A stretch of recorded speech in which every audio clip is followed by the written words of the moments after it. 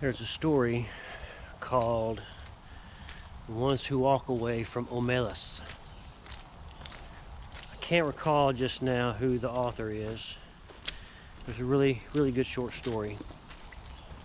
In the story, there is this town called Omelas. Omelas. And everybody in this town lives with a certain amount of happiness, success. People don't have to suffer in this town. People don't have to worry in this town. It's secure. Everybody gets to eat. Everybody is housed. Everybody has the things that they need, they want. But the catch is that in one house, in the basement of this house, there's a little girl. She's chained to the floor. And this is where she stays. She doesn't see the sunlight. She barely gets fed. She gets no medical treatment. And she lives in total and complete abject darkness. The people of the town come around when they're children and they are shown this little girl. And at that time they are told that this girl is here. This girl suffers so that the rest of us can live the good life that we have. And though some have feelings about this, the underlying truth is that were this girl to be pulled out of this situation, everyone else in the town will be made to suffer. The reason that they have the deal that they have in this town, Omelas, is because of their willingness to keep this one little girl in this horrible position. So there's also a certain group who, faced with the realization that if you try to save this girl, the rest of the town suffers.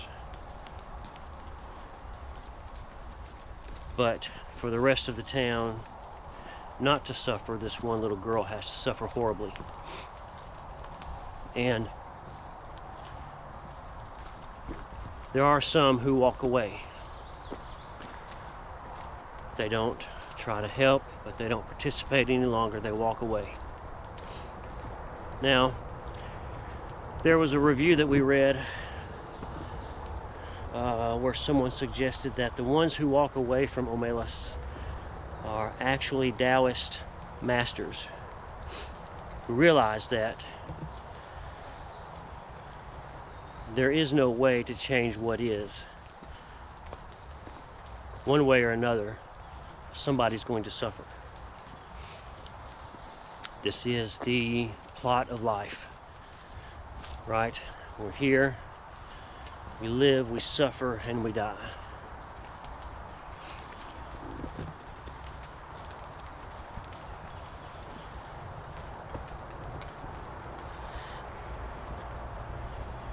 Now, I've thought a lot about this story because there are some parallels in a lot of ways. In America, we have become Omelas. Because in order for certain people to have the opulence and the luxuries and the good lives that they have, in order for that to happen, there are some who have to have considerably less. This is the argument that the left makes with things such as social justice, DEI, right? All of this stuff is supposed to help lift up those who are less fortunate than those who are more fortunate. However, the more I think about it and the more I look at it, I don't know that there's any way around it. Throughout history, There have always been those who have and those who have not. In fact, the Taoist thought on this would be that the only reason that the haves exist is because the have-nots exist, and the only reason that the have-nots exist is because the haves exist. The two exist not in spite of each other, but they exist because of each other. Like the yin-yang symbol represents the dance between the light and the dark.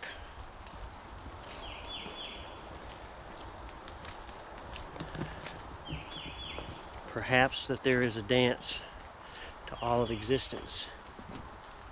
Here I am.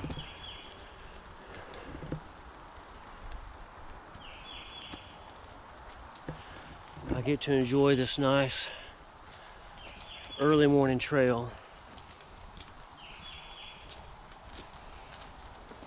I got up, I had coffee. I slept in a nice comfortable bed. I had the privilege, if you will, to be able to get up and leave my home and come to a place where I can walk around and talk to this camera, talk to you.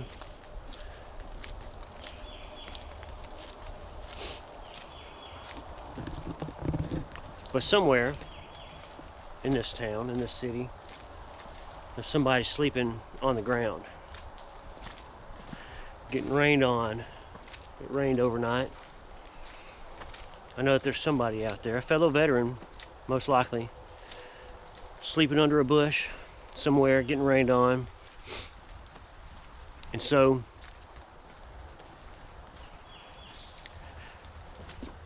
I have to be grateful and mindful that at any given moment, that could be me again.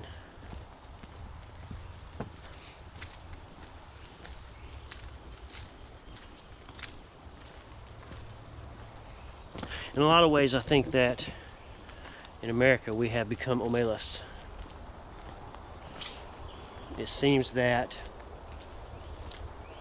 regardless of your political affiliation, those who have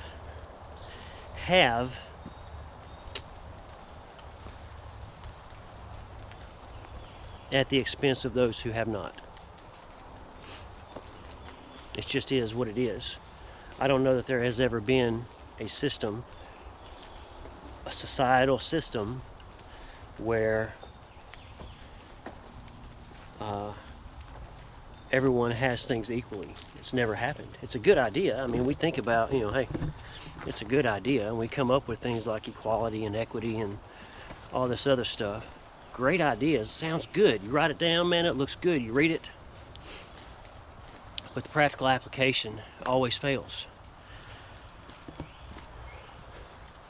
And I think that the reason that is all of these human devices, all of these ideas that we as humans have, try to make life better for ourselves, maybe each other. I don't know that we care that much about each other anymore, really. I think it's all a mechanism to do more for ourselves. But the fact remains is that if you get out here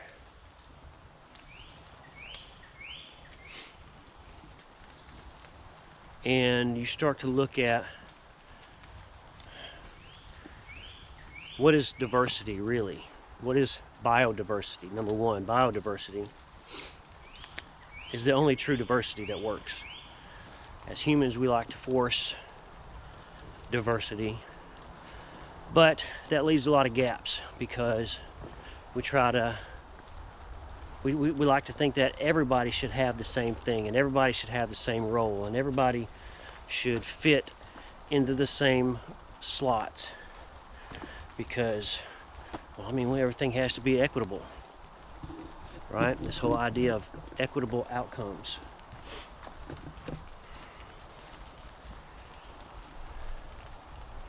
But if you look at what happens in nature, right? This is why I lean into Taoism. because it describes perfectly what happens out here in nature. If you look at what happens out here, okay, the equity is you either fit where you can survive or you don't survive. Okay, I can come out here and I can plant. I mean, look how green all of this is. Nobody fertilizes this. Nobody comes out here to water this. And all of this grows just perfectly without any human inputs at all. I could come out here and plant a peach tree. I could plant it right here. I could plant it right there, but that peach tree will not grow. It will not thrive. It will not produce fruit. Because even though I gave it the equity that all these other trees have, right? I gave it the same thing, right? It's in the same ground, getting the same nutrients, right? Benefiting from the same microorganisms. It doesn't get what it needs to be its true self. And I think that's what's happening. We've lost touch with our true selves, right? We build these cities and we build these constructs of life, and we're trying to make things better, I guess, but we get further and further away from our true nature. Now, it could be a slippery slope, because what do we know about human nature? Well, humans are selfish, humans are deceitful, humans are despicable to each other. We're arrogant. Our egos are so swollen that most of us have a hard time admitting that we could be wrong about anything. Right? We have people that get to be in charge, and all they can do is pat themselves on the back and pump more air into their big heads so that they can have an even more swollen ego. And yet we still, day after day, week after week, month after month, year after year, decade after decade, we do the same things, right? My dad used to say,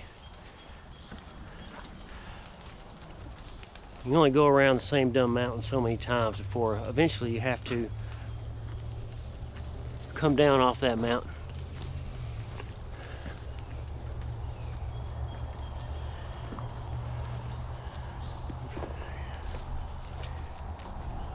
What did he say?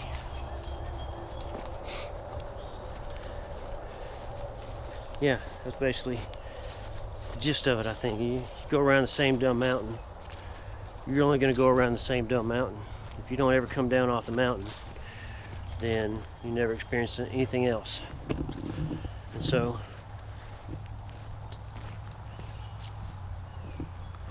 we keep doing this thing where we do the same thing over and over, expecting that we're going to get a different result. And I'm not just talking about politics. I'm talking about in life in general. You know, we get comfortable. We do the same things.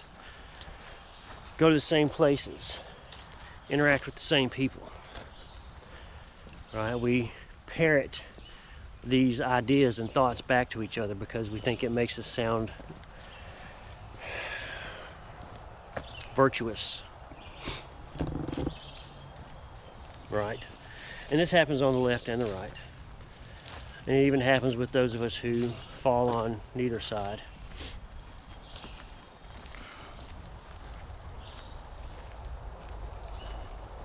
We're not very good at testing ourselves. Some people are, not all of us.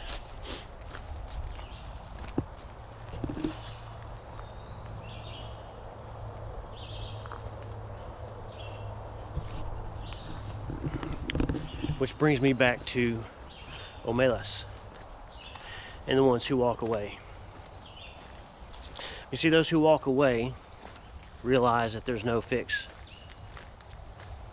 Humans do what humans do because it's in our nature to do so.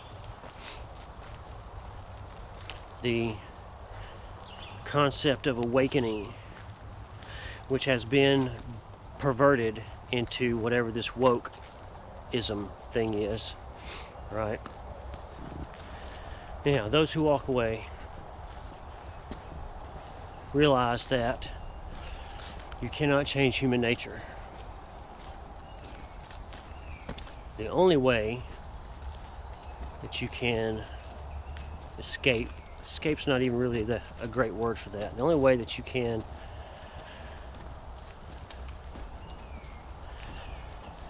exist without being a part of the nonsense is to walk away.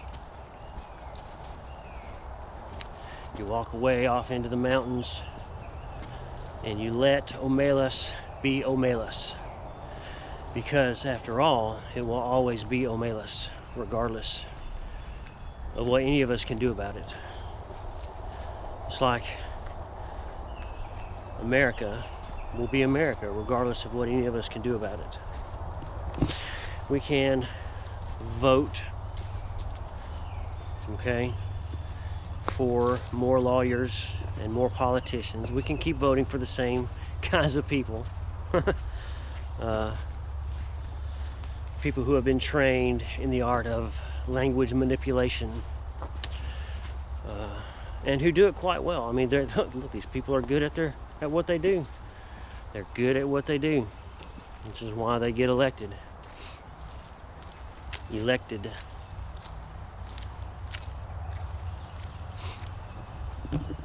Is there a better way? Are we capable of making a better way? Or do we just need to understand our own human nature? You see, I think the reason that some can walk away from Omelas is because they realize that I've got more work to do here. There's more work for me to do internally. There's nothing I can do here, right? And I think that is probably true for all of us. Now, granted, not everyone is that deep. Not everyone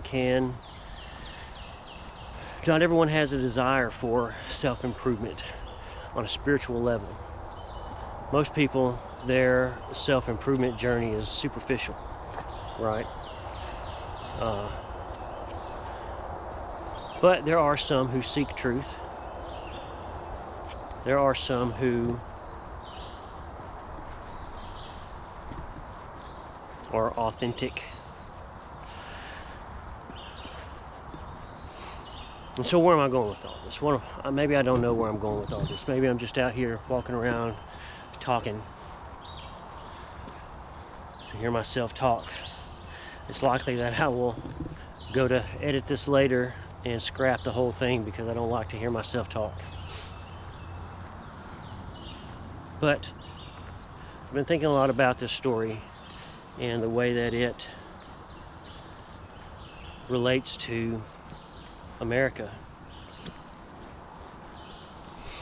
Look, I love America. All right, I wear these colors on my chest every day. I love America. I served my country. My father served the country. My son is serving this country. My oldest son is about to be serving the country. My family has a long lineage of service to this nation. Real service, not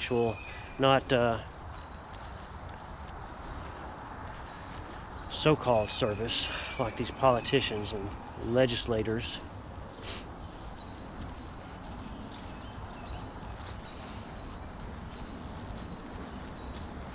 Perhaps what I'm trying to say is there's more to life and existence than politics and money wealth and poverty. Okay? There's more to life than all of this, you know, protesting riots and opulent stupidity that we have going on. But you have to go inside. You have to go inside. Okay? There's a verse in the Tao that says, how do I know what is in the world? Because I looked inside myself first. Okay, and I think that has a lot to do with what Jesus was saying. You have to worry about the thorn in your own eye, or the plank in your own eye, before you can worry about the thorn in someone else's eye. And we don't like to do that in America. We like to point fingers at each other. That's the woke versus awakened, right? Woke says you're not right. Woke says you're not right. You should agree with me. Where awakened says maybe I'm not right, and I need to look within to find what's the truth.